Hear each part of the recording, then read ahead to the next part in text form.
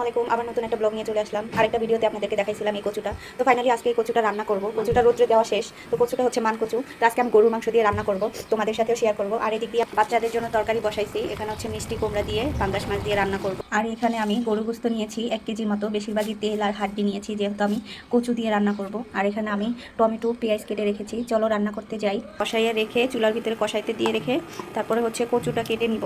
আমি সব কিছু একটু একটু করে দিয়ে তারপর মাখায় ফেলবো। সব দেওয়া কমপ্লিট। আমি এখন এটা মাখায় লাড়াচাড়া দিয়ে তারপরে ঢাকনা দিয়ে বসাই দিব। গুঁড়োমরিচটা দিতে ভুলে গেছিলাম, এখন আবার গুঁড়োমরিচটা দিয়ে দিচ্ছি। তারপরে আমি এলাচ দারচিনি দিয়ে দিব, একটু লাড়া দিয়ে তারপর ঢাকনা দিয়ে ঢেকে দিব। তো আমি চুলায় মাংসটা কষাইতে দিচ্ছি। এদিকে আমি বাচ্চাদের যে তরকারি বসাইছিলাম এখন এটাতে মাছ দিব। এই যে পাঙ্গাস মাছ ভেজে রেখেছিলাম, পাঙ্গাস মাছগুলো এখন আমি কাটাগুলো বেছে তারপরে হচ্ছে তরকারিতে দিয়ে দিব। মাছের কাটা বাছা কমপ্লিট, এখন আমি তরকারিতে দিয়ে দিব। তো চলো, মাছ তো দিয়ে ফেললাম। এখন তোমাদেরকে আরেকটা ইউনিক জিনিস দেখাই, দেখলে হয়তো বা অনেকে হাসবা। আমার শ্বশুরের কি কাণ্ডকীর্তি করে, চলো যাই। এই যে দেখো, কাঁঠাল দিয়ে ভাত খাইতেছে। কেউ কখনো খেয়েছো? কিন্তু আমার শ্বশুরে খায়, সে প্রায় এরকমের কাঁঠাল দিয়ে ভাত খায়। আমরা সবাই মিলে হাসাহাসি করি, মজা করি আর কি সবাই। তো আমি এদিক দিয়ে আবার তরকারিটা লাড়া দিতে আসলাম। এখন আবার ঢাকনা দিয়ে ঢেকে দিব। বাচ্চাদের তরকারিটা আমি একদম নরম করে রান্না করি। তারপরে চলো আমরা কচু কেটে নিই, কচুটা রেডি করে নিই।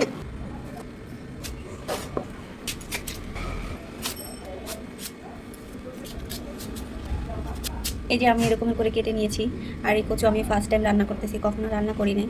তো কচুটা এইভাবে কাটাটা ঠিক হলো নাকি জানি না।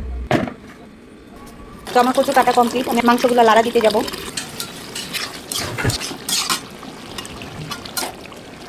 এদিকে আমার বাচ্চার তরকারি হয়ে গেছে, পুরো কমপ্লিট।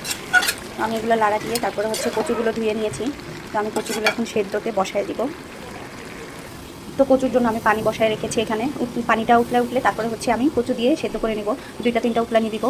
এর পাশাপাশি আমি মাংসগুলো লাড়া দিতে আসলাম। মাংসগুলো লিগে রেখেছিলাম। এই যে আজকে সকালের নাস্তা হচ্ছে কাঁঠাল দিয়ে মুড়ি দিয়ে। বছরের প্রথম কাঁঠাল, মাশাআল্লাহ অনেক ভালো পড়ছে। আমার এরকমের কোষ পছন্দ, বেশি লেটকাও না আবার বেশি শক্তও না। তো এদিক দিয়ে পানি বলক আসছে, আমি এখন একটু একটু করে কচুগুলো দিয়ে দিব আস্তে আস্তে, যেন পানিটা না ছিটে, সাবধানে। সবগুলো কচু দিয়ে দিয়েছি। আমি এখন 2-3টা উতলানি দিব, তারপরে নামাই ফেলবো। আর এদিক দিয়ে আমার মাংসটা একদম ভালো করে কষানো হয়ে গেছে, দেখো একদম লাল লাল করে তেল বের করে ফেলেছি উপরে। তো আমার কচুটা হলো নাকি চলো দেখি। বাহ মাশাআল্লাহ, কচু প্রায় হওয়ার পথে। তো আমি এটা এখন কুসুম দিয়ে দেখবো হয়েছে কিনা, তারপরে হচ্ছে আমি নামাই ফেলবো।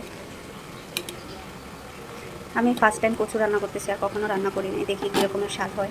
তো চলো যাই, আমার আশেপাশের লোকগুলো কি করতেছে তোমাদেরকে দেখাই চুপি চুপি। আরে বা, সবাই এই নেই।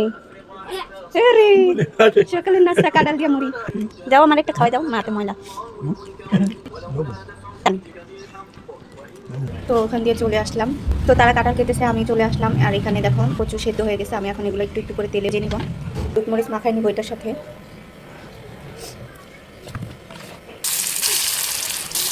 এগুলো প্রায় ভাজা হয়ে গেছে, আমি এগুলো নামাই আরগুলো দিয়ে দিব। তো আমার কচুগুলো সবগুলো ভাজা শেষ, আমি এখন মাংসের ভিতরে দিয়ে দিব। মাংসগুলো আমি কিন্তু ভালো করে কষায় একদম কালো কালো করে ফেলেছি, হালকা দিয়ে দিলাম। আমি ভালো করে নাড়াচাড়া দিয়ে পানি দিয়ে দিয়েছি, এখন হতে থাক, পরে তোমাদেরকে ফাইনাল লুক দেখাবো। তো আমি এতক্ষণে অন্য কাজগুলো সেরে নিই। মাংসটা প্রায় হয়ে এসেছে, আমি এখন গাছের থেকে ধনিয়া পাতা নিয়ে এসে এখানে ধনিয়া পাতা দিব। এর পাশাপাশি দেখো আমার বুয়া কী করতেছে, নোংরা হয়েছিল জায়গাগুলো সবগুলো পরিষ্কার করতেছে। ইন্দুরে সব ময়লা এক জায়গায় করছে, দেখো ময়লার ঝুড়ির থেকে ইন্দুরে ময়লা নিয়ে নিয়ে এক জায়গা করে একবারে ছুট দিতে। তো আমার খালাগুলো আবার পরিষ্কার করতেছে। তো চলো যাই, ধনিয়া পাতা নিয়ে আসি। তো এই যে চলে আসলাম, আমার গাছের থেকে ধনিয়া পাতা নিবো আজকে, ফার্স্ট টাইম উঠাবো। কালকে আমার শাশুড়ি উঠাইছিল। তো আবার অনেকে ভাবতে পারেন গরুর মাংসতে আবার ধনিয়া পাতা দেয় নাকি, দেয় না, দিয়ে দেখি ফার্স্ট টাইম দিব, বা ফার্স্ট টাইম রান্না করতেছি যেহেতু, কচু কখনো রাঁধি নাই। তো একটু আমার মতো করে আমি রান্না করি, দেখি কেমন লাগে খেয়ে, তোমাদেরকে রিভিউ দিব। ভালোই লাগতেছে গাছের ধনিয়া পাতা তুলতে, নিজের হাতের লাগানো ধনিয়া পাতা, ভাবা যায়। মাশাআল্লাহ মাশাআল্লাহ। তো চলো যাই, এখন তরকারিতে দিতে। কেটে নিয়েছি ওইখান থেকে, এনে বেছে ধুয়ে কেটে নিয়েছি, এখন আমি দিয়ে দিব। আমি বেশি দিব না, অল্প করেই দিব। গাছের থেকে ধনিয়া পাতা ছিঁড়তে খুবই কষ্ট লাগতেছিল, গাছের জিনিস গাছেই সুন্দর লাগে, আমার কাছে দেখতে ভালো লাগে, তাই আমি তুললাম না। তো বেশি বড় হইলে বা একবারে বড় হলে তারপরে তুলবো। আবার ঢাকনা দিয়ে ঢেকে দিব, একদম চুলা ডিম করে দিয়ে রান্না। কচু তরকারির পাশাপাশি কিন্তু আমি করলাও ভাজি করতেছি এদিকে। গরুর গোস্ত কচু ডাল হয়ে গেছে, মাশাআল্লাহ কত সুন্দর কালার, দেখো খেতেও সেই স্বাদ হয়েছে। আমি লবণ চেখে দেখেছিলাম, মজা হয়েছে না। এর পাশাপাশি আমি একটু করলা ভাজি করেছি। আমাদের ঘরে তেমন খাবারের মানুষ নাই, তাই অল্প অল্প করে রান্না করি। আর এই যে এখানে হচ্ছে বাচ্চাদের তরকারি। তো ভিডিওটা বেশি বড় করব না, শেষ করব। আর এগুলো হচ্ছে কাঁকরোল তরকারি কালকে। এই ভিডিওটা এখানেই শেষ করে দিব। নেক্সট ভিডিওতে তোমাদের সাথে আবার দেখা হয়ে যাচ্ছে অ্যান্ড কথা হয়ে যাচ্ছে। যে যেখান থেকে দেখবা লাইক কমেন্ট শেয়ার করে দিবা। ইউটিউবে যারা দেখবা অবশ্যই সাবস্ক্রাইব করে জানাবা যে আমার ভিডিওগুলো কেমন লাগে। আমি কিন্তু খুব আগ্রহী তোমরা কোথা থেকে দেখো সেটা জানার জন্য। এটাও করতে পারো, তোমরা কমেন্ট করে জানাতে পারো কে কোথা থেকে দেখতেছো। এন্ড আমার ভিডিওটা দেখার পরে সাবস্ক্রাইব করে দিয়ে কমেন্ট করে জানাবা। ওকে, আল্লাহ হাফেজ, সবাই ভালো থাকো। নেক্সট ভিডিওতে আবার দেখা হয়ে যাচ্ছে।